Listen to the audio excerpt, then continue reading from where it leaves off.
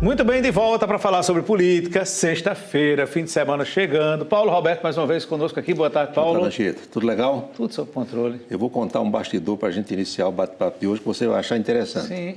É que ontem, conforme nós divulgamos aqui, a imprensa nacional inteira divulgou, o vice-presidente eleito, Geraldo Alckmin, foi ao Palácio do Planalto, a convite do chefe da Casa Civil, o senador Ciro Nogueira, para se inteirar da situação, dizer que é ele que vai comandar essa equipe de transição e fazer aquela relação inicial para que as coisas aconteçam.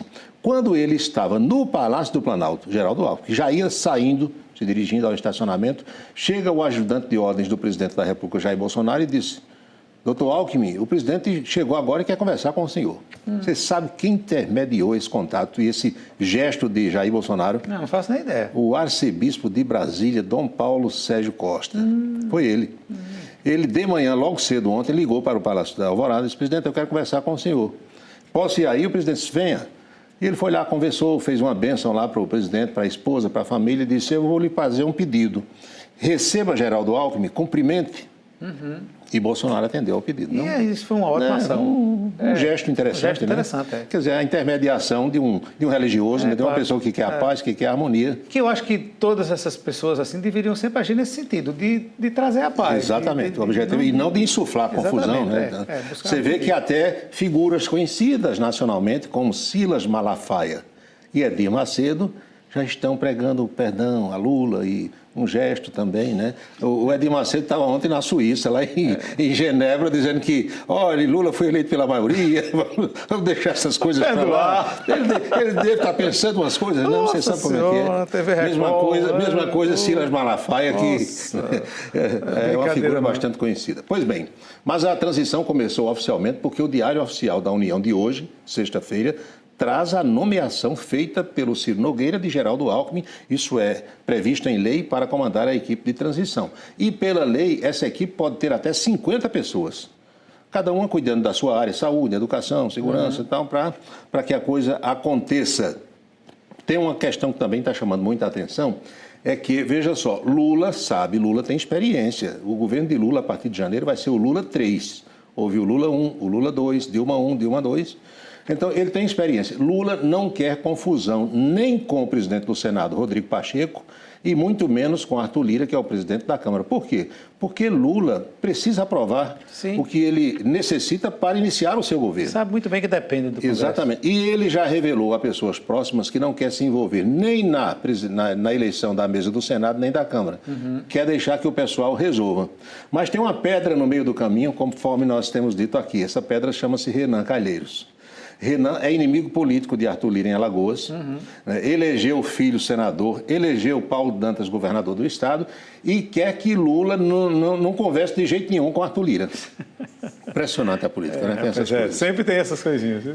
Mas Lula precisa da aprovação de uma PEC, e a PEC precisa de votação com quórum qualificado em 2 turnos. E já, né? Já com Arthur Lira presidente. Até 17 de dezembro. E ainda com Arthur Lira presidente. Agora, portanto. Mas o Renan defende que Lula deixe a coisa correr do jeito que está, então logo assuma em 1º de janeiro, assim é dita uma medida provisória, com a aquiescência do Tribunal de Contas da União, que está muito ligado a Lula, você viu que foi formada uma comissão. Então a gente não sabe, Lula está de férias com Janja na Bahia, se Lula vai atender a Renan Calheiros ou se vai agir com o fígado ou com o coração. Agora parece que já essa questão da PEC ela já está sendo encaminhada de alguma forma, né? Porque o presidente do relator, o relator do orçamento, que é um senador do Piauí, ele já deu declarações e disse: não, a PEC, ninguém vai votar contra essa PEC, né? Isso. Porque todo mundo sabe que é para pagar o auxílio emergencial de R$600, é para cumprir aquela promessa de Lula de mais R$150 para cada criança menor de 6 anos de idade, isso daria 90 bilhões de reais aproximadamente, e o relator acha que ninguém vota contra, mas Renan quer porque quer que Lula encrenque com o Arthur Lira, né? Alagoas atravessada aí na história nacional. O plano do Partido dos Trabalhadores é tornar Bolsonaro inelegível. Tramitam pelo menos 4 ações no Poder Judiciário e estão dando entrada em mais umas 4, 5 ou 6, porque o projeto é para que Bolsonaro seja declarado inelegível. Alguns defendem: vamos prender Bolsonaro, como foi preso o Lula. Mas aí estrelas petistas dizem: não, se houvesse uma prisão de Bolsonaro, haveria uma comoção nacional dos bolsonaristas, uma reação, provavelmente com bloqueios, com manifestações pelas ruas, e eles não querem isso. Agora, eleitoralmente falando, com ações no poder judiciário eleitoral, aí o pessoal quer tornar Bolsonaro inelegível. Ricardo Lewandowski, que, como todos nós sabemos, é ministro do Supremo Tribunal Federal e está para se aposentar ano que vem, chega aos 75 anos de idade, sim, ele pode renunciar ao cargo de ministro do Supremo para ser nomeado por Lula ministro no governo que vai se instalar no dia 1º de janeiro. Essa articulação está sendo gestada em Brasília para que Lula nomeie provavelmente doutor Zanardi, que vem advogando para ele desde que ele foi preso, como novo ministro do Supremo Tribunal Federal. Coisa que eu nunca concordei, esse negócio de essas cortes superiores estarem sempre nas mãos dos governantes de plantão. Você sabe, eu fiz agora de manhã um levantamentozinho rápido. Lula terá a oportunidade de nomear, preste bem atenção, nos próximos 4 anos, 13, em homenagem ao Galo da Borborema, 13 ministros de tribunais superiores. É o número do PT, né? É o nome do PT também. 13 ministros. No Supremo, no STJ, no Tribunal de Contas da União, no STM, que é o Superior Tribunal Militar, e nos tribunais federais, que são tribunais considerados superiores. 13 vagas para Lula nomear. O que significa dizer, Anchieta, que dificilmente quem nomeia toda essa gente vai ter problema no judiciário, né? Qualquer que seja o presidente. Eu sempre achei que deveriam ser concursos muito sérios. Pois é. Vamos então ao plano local. O governador João Azevedo, que, como sabemos, está de férias, ele deu uma entrevista para o jornal Folha de São Paulo. E, entre uma pergunta e outra, o repórter perguntou: governador, o senhor toparia uma reconciliação, uma reaproximação com o senador veneziano Vital do Rego e com o ex-governador Ricardo Coutinho? Aí João disse: a gente nunca deve dizer que dessa água não bebe, mas eu acho isso improvável. Foi a resposta dele. Será que o veneziano voltaria ao seio ao convívio político, né? E o próprio governador Ricardo Coutinho? Quem sabe Lula intermediando isso tudo, né? Pelo interesse, pelo menos por enquanto a gente sabe que isso não vai acontecer, mas daqui a 2 anos tudo pode acontecer. Inclusive, nada.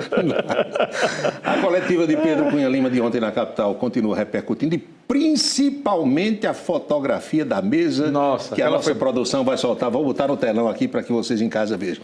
Essa foto é histórica, vai ficar nos nossos arquivos. Olha aí. Bruno Cunha Lima batendo palmas, Romero Rodrigues aplaudindo, Domiciano Cabral aplaudindo, veneziano Vital do Rego aplaudindo, e na pontinha lá quem é que está? É o primeiro aí da... Acho que é Rui Carneiro, né? Rui Carneiro.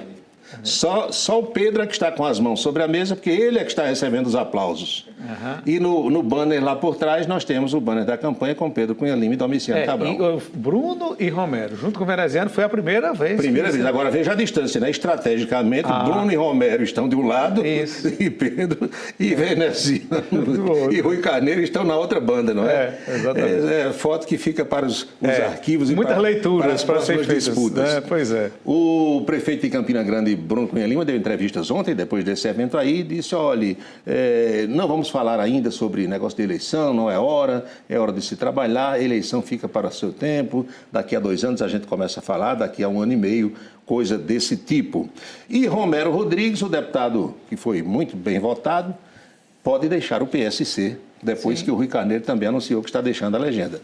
Pedro Cunha Lima ofereceu o partido a Romero. Veja que tem uma dança partidária, né?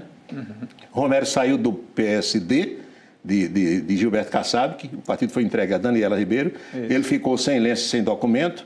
O grupo Gadelha apoiou o Romero, deu a legenda para ele se eleger. A legenda e muito dinheiro do fundo partidário. Também. E agora ele pode ir presidir o PSDB, porque Pedro fica sem mandato, e você sabe que direção nacional não quer que a legenda seja dirigida num estado por quem não tem mandato. Quer sempre alguém que tenha mandato, alguém que tenha sido bem votado, é o caso de Romero, que pode ir presidir o PSDB. Aí você diz: onde fica o PSC? Nessas composições que estão havendo, nessas fusões, o PSC vai naturalmente se fundir a um ou mais partidos, para que esse novo partido, essa nova legenda, não perca fundo eleitoral e nem fundo partidário. Que parece que a coisa que mais interessa o povo é esse negócio desse fundo eleitoral. É porque o partido não sobrevive. O povo que eu digo, os políticos, né? Não sobrevive, né? O partido precisa de recursos para sobreviver. Vamos à boca maldita de hoje? Vamos. Calçadão da Cardoso Vieira. Essa é a boa. Nesta sexta-feira. Hoje é mais leve que na sexta, né? Mas nem tanto, né? Tem uma certa pitada de maldade ou de bondade. Porque o pessoal disse: Bolsonaro pode se candidatar a prefeito do Rio de Janeiro. A vereadora Jo Oliveira pode se candidatar a prefeita de Campina Grande. Aí no Calçadão, hoje de manhã, o papo era o seguinte: se não houver impedimento jurídico, e se Daniela Ribeiro, a senadora, resolver se candidatar a prefeita de Campina Grande daqui a 2 anos? Dá um nó ou não dá? Dá, mas se desata na política, se desata tudo, né? Desata qualquer nó. Dá um nó nos adversários da família Ribeiro, né? Rapaz. Porque o apelo de ser uma mulher, né? O filho já será vice-governador. E a gente até comentou aqui que, na verdade, a família Ribeiro passa a ser a oposição principal em Campinas. Não, agora, é verdade, né? é verdade. Então tem que... E veneziano aliou-se ao grupo Cunha Lima, né? Pelo menos até agora, retrato de momento Aí esse, ontem né? um colega desses que bisbilhoteiro disse: Bruno, Ana Cláudia vai ser secretária. Aí Bruno disse: meu filho, é hora de pensar em administrar. Tirou de tempo. Tirou de tempo. Meu amigo.